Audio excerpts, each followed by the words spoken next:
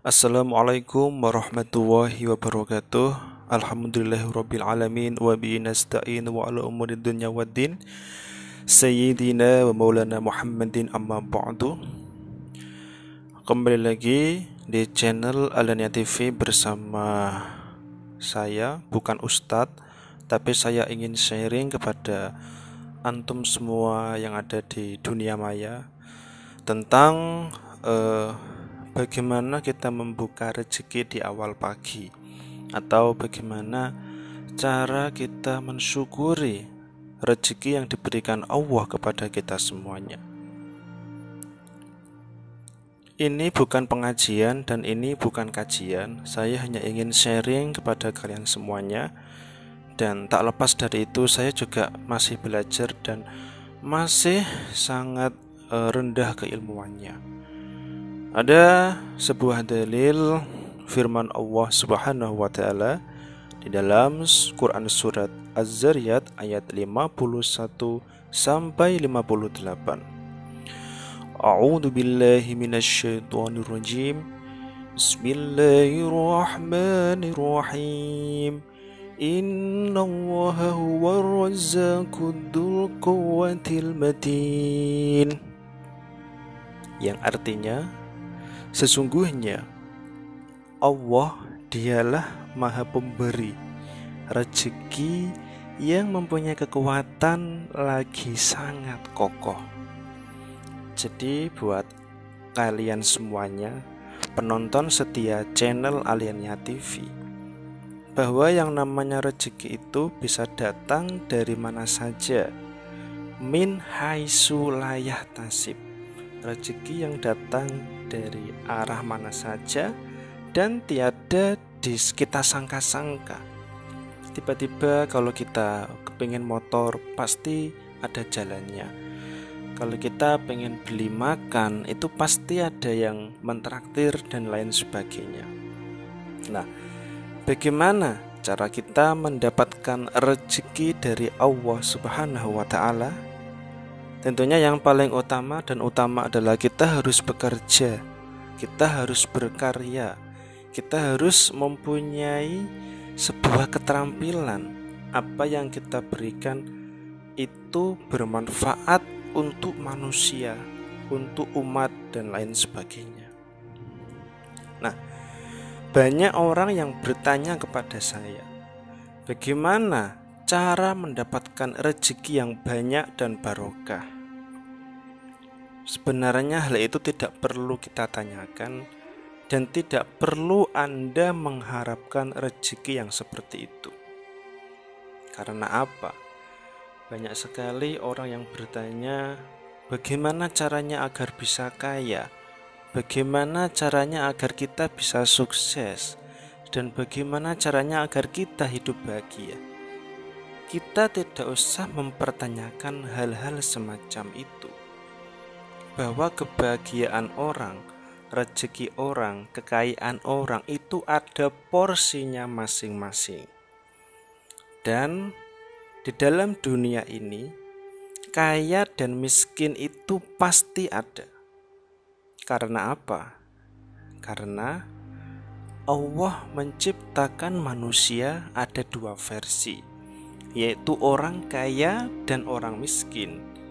Orang kaya identik dengan kebahagiaan, kesenangan, dan lain sebagainya. Sedangkan orang yang miskin ini identik dengan penderitaan, kesedihan, dan keluhan-keluhan, masalah-masalah yang menimpanya. Nah, sebenarnya dua orang versi yang diturunkan Allah Subhanahu wa taala di dunia ini, ada si kaya dan si miskin. Sebenarnya itu sama di mata Allah. Yang membedakan hanyalah ketakwaan, seberapa dekatnya seseorang hamba itu kepada Allah Subhanahu wa taala.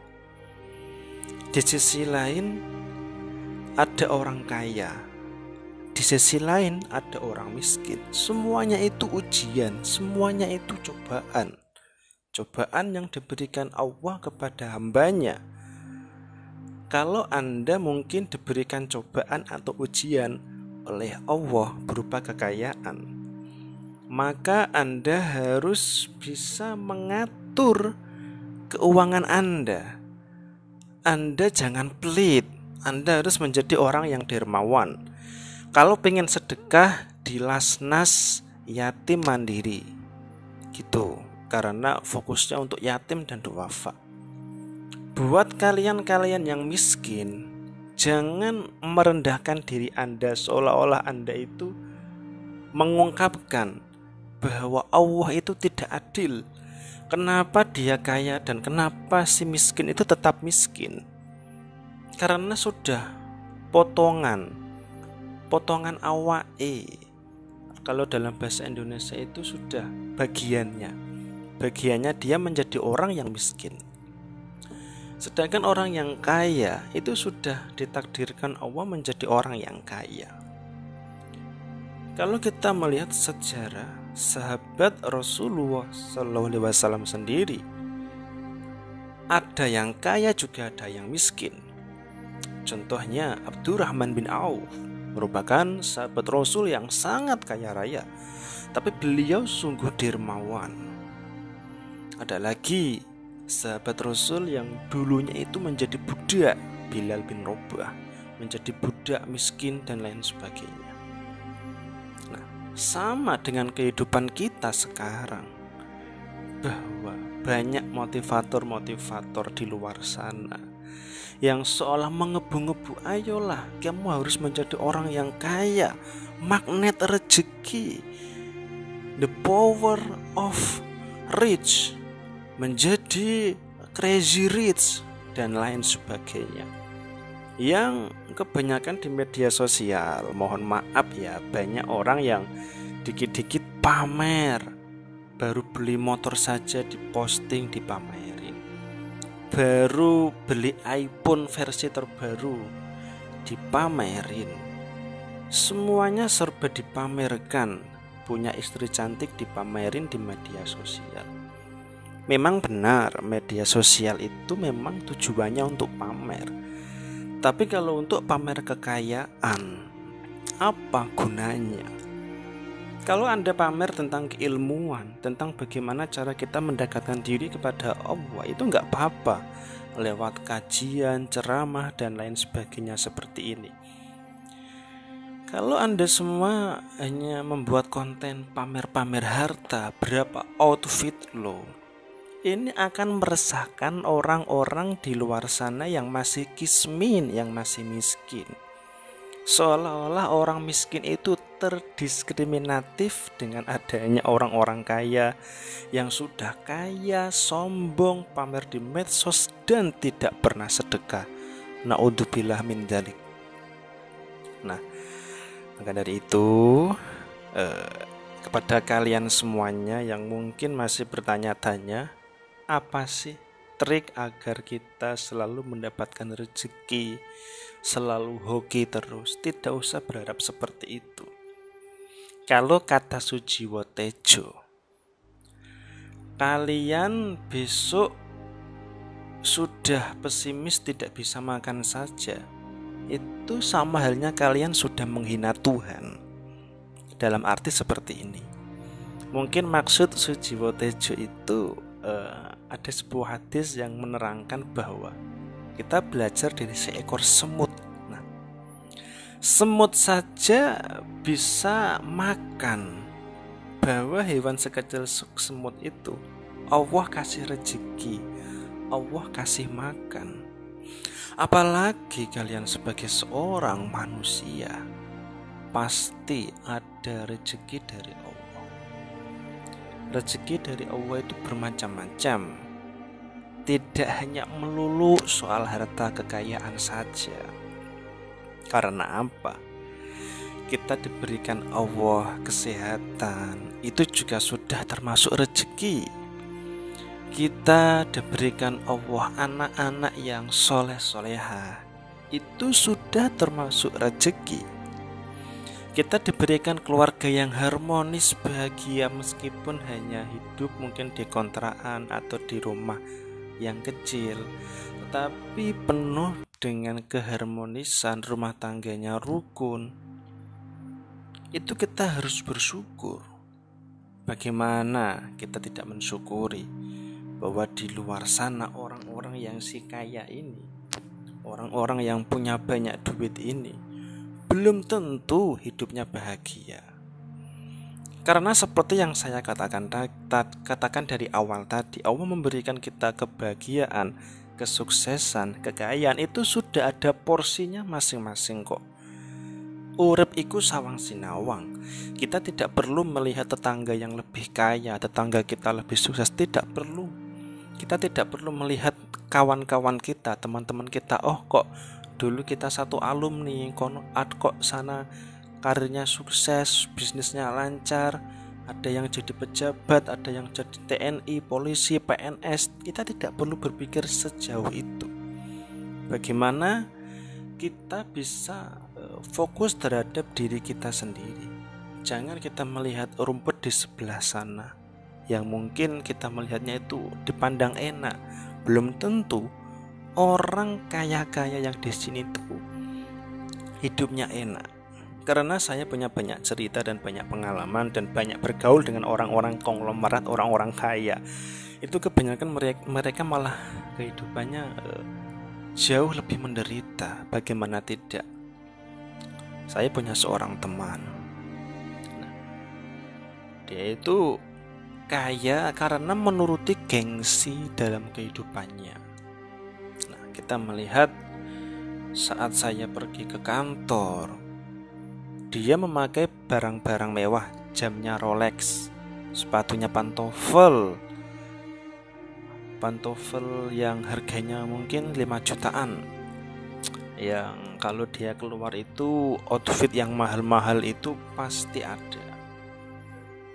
Dan pada suatu saat saham dia anjlok, saham emasnya anjlok, mobilnya dijual, rumahnya digadaikan dan lain sebagainya. Tidur tidak bisa tidur karena diincar oleh rentenir, punya utang dan lain sebagainya. Gak akan enak. Meskipun kita melihat dulunya dia memakai mobil, belum tentu mobilnya itu cash, mungkin mobil kredit, seperti itu. Kita jangan melihat orang itu dari luarnya saja, karena belum tentu yang dia rasakan itu enak. Sekali lagi, hidup itu sawang sinawang. Sawang sinawang seperti apa? Belum tentu yang mereka jalankan itu kita melihatnya itu enak. Belum tentu kita melihat orang lain enak, tetapi hidupnya enak itu belum tentu. Nah, kembali lagi ke sebelah orang-orang di kalangan miskin ini. Kadang orang-orang miskin itu berharap sekali, berharap saya mendapatkan giveaway dari Baim Wong, berharap saya mendapatkan uang jajan, uang ampau dari Baim Wong. Nah, Baim Wong itu siapa? Baim Wong itu bukan Tuhan, dia hanya manusia biasa. Mengapa orang miskin kok selalu menuhankan harta sebagai cita-cita? Bagaimana caranya menjadi kaya? Bagaimana cara menjadi orang yang sukses? Tidak usah iri. Kalian yang mohon maaf, yang karirnya mungkin masih miskin, atau mungkin dalam tanda kutip nasib Anda kurang baik, tolong jangan Anda mengeluh, karena mengeluh itu hanya membuang-buang waktu saja. Nah, maka dari itu saya memberikan nasihat kepada netizen yang mungkin nasibnya masih miskin. Jangan Anda meminta sesuatu kepada Allah itu, ya Allah aku pengen kaya, ya Allah aku pengen merubah nasib. Jangan seperti itu, doanya udah basi. Allah itu udah bosan mendengar keluhan-keluhan kamu, mendengar doa-doa kamu yang seperti itu. percuma kalau kamu berdoa supaya diberikan kekayaan, rezeki, tapi kalau kamu kerjanya masih malas-malasan, masih mengandalkan Bitcoin, masih mengandalkan kripto, masih mengandalkan saham, reksadana, ya mungkin bunga-bunga bank itu sungguh hukumnya kita belum jelas, subhat, main binomo, main trading, main forex dan lain sebagainya.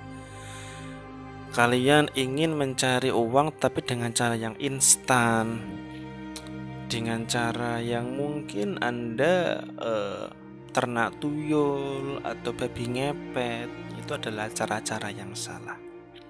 Udahlah, kalau prinsip saya itu hidup itu mengalir apa adanya. Kalau seandainya Allah nanti mau ngubah kita nasib menjadi orang kaya, golongan orang-orang kaya, ya bersyukurlah. Tapi kalau memang Allah memang sudah mentakdirkan kalian menjadi sobat miskin, ya tetap saja miskin. Intinya jangan mengeluh, karena dua-duanya itu kembali lagi dari awal, sama-sama ujian. Orang kaya itu diuji, orang miskin juga diuji. Orang kaya diuji bagaimana, apakah dia bersyukur atau enggaknya. Kalau dia kufur nikmat, Allah juga akan membencinya. Sama dengan orang yang miskin, dia itu sabar apa enggak, menguji kesabarannya. Kalau mereka bisa bersabar, maka balasannya adalah surga. Karena ada sebuah hadis yang menerangkan bahwa besok itu orang yang masuk surga paling dulu, atau pertama kali orang yang cepat masuk surga adalah orang yang paling cepat hisapnya. Harta benda kita yang kita dapatkan, yang kita makan setiap itu akan dihisap Allah. Ini dari mana? Dari hasil apa? Kalau Anda mungkin di dunia ini masih diberikan kemiskinan, bersyukurlah. Bersyukurlah karena apa? Jika kalian menjadi orang miskin, suatu saat Anda akan meninggal, di akhirat nanti Anda akan dihisap. Bahwa apa yang mau dihisap, bahwa saya aja miskin kok nggak punya apa-apa. Ya udah lolos, malaikat bilang, ya udah kamu lolos. Berbeda dengan kubu sebelah, kubu orang-orang kaya. Orang-orang kaya yang tamak, yang serakah, yang korupsi seperti pejabat-pejabat kita. Ya mungkin hisapnya akan lebih lama. Kalau di sebuah perusahaan atau kantor ada tim audit atau KPK. KPK-nya Allah di akhirat itu lebih kejam, lebih adil, lebih auditnya itu lebih ekstrim daripada yang ada di dunia ini. Karena di dunia ini hukum itu akan tumpul ke bawah, dan hukum itu akan kalah jika ada fulus, ada uang. Seperti itu. Kembali lagi ke masalah orang yang kaya tadi. Karena apa? Orang kaya itu akan dihisap dulu. Hei kamu si fulan, kamu mendapatkan harta sebanyak itu dengan cara apa? Apakah dengan cara maling, korupsi, seperti yang saya ceritakan tadi, babi ngepet, tuyul? Maka harta itu akan dihisap oleh Allah, akan diaudit oleh Allah dengan petugas-petugasnya, malaikat-malaikat yang akan mengaudit itu. Memang benar-benar ditanyakan. Ada yang sampai lama sekali karena saking banyaknya hartanya. Yang si miskin ini udah leha-leha, udah minum anggur, udah minum air yang sangat enak, yaitu ada yang namanya air di surga, itu ada yang air yang paling enak bersama bidadari di sana. Sedangkan orang-orang yang kaya ini masih menunggu hisab, tidak selesai-selesai, entah sampai kapan. Maka dari itu, buat apa kita di dunia ini mencari uang sebanyak-banyaknya? Toh uang yang kita cari itu akan sirna ketika akan datang kematian. Ini yang selalu saya ingat-ingat, bahwa orang itu zaman sekarang yang dihormati bukan lagi keilmuannya, tapi yang dihormati adalah harta. Karena memang saya pernah mendengar ceramahnya Al-Mukarram Kiai Haji Gusmus Bisri Mustafa Bisri. Nah, Beliau pernah berdakwah seperti ini, bahwa morotua zaman saiki atau mertua di zaman sekarang itu lebih memilih calon menantu yang tumpahannya Honda Jazz, mobil, CBR dan lain sebagainya. Karena apa yang dipandang itu harta. Berapa hartamu untuk bisa melamar anakku? Kalau zaman dulu beda. Kamu mondok di mana? Kamu ngaji di mana? Yang ditanyakan itu keilmuannya dulu. Kalau mertua zaman sekarang itu dipandang ya harta. Karena tidak salah, kalau Anda pengen disegani, dikei sego maksudnya. Kalau Anda pengen dihormati, mungkin di desa atau di tempat Anda lahir, Anda cukup pulang membawa mobil, menjadi orang kaya itu dihormati. Tidak peduli kamu akhlaknya itu baik atau buruk. Kalau kamu kaya, saya yakin banyak orang yang mendekati Anda, banyak orang yang hormat kepada Anda. Karena di zaman sekarang itu nauzubillah, semoga tidak terjadi, karena ramalan saya besok itu banyak orang-orang yang berlomba-lomba mencari harta benda, bahwa harta itu di atas segala-galanya.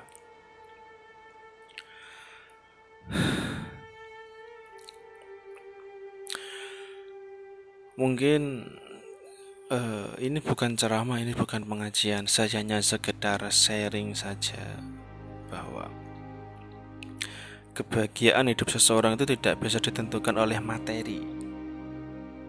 Karena apa? Materi yang kita dapatkan di dunia ini itu hanya fana. Kekayaan di dunia hanyalah sementara. Bahwa kekayaan yang kita timbun selama ini akan sirna. Maka ingat, yang kita bawa besok setelah kita meninggal dunia ada 3 hal. Yang pertama, amal soleh kalian yang tidak pernah terputus, seperti sedekah, wakaf, infak dan lain sebagainya. Nomor 2 adalah ilmu. Anda mewariskan ilmu kepada anak-anak kalian. Dan yang nomor 3 adalah apa? Anak-anak kalian. Kalian meninggalkan keturunan yang seperti apa? Nah, seperti itu. Yang kita bawa adalah hanyalah amal, hanyalah kebaikan-kebaikan kita selama di dunia. Nah, seberapa banyak amal kebaikan yang sudah kita lakukan? Saya juga introspeksi diri. Semoga penonton channel YouTube saya bisa memahami apa yang saya sampaikan. Semoga kalian semua terus diberikan kesehatan. Jangan lupa dukung channel saya, subscribe Aliania TV. Saya bukan ustadz, saya bukan guru, saya adalah teman kalian untuk sharing-sharing terhadap masalah kehidupan. Sampai jumpa di lain waktu. Semoga kita semua diberikan kesehatan, tetap jaga protokol kesehatan, dan buat kalian yang belum subscribe, silakan subscribe channel Aliania TV. Sampai jumpa. Assalamualaikum warahmatullahi wabarakatuh.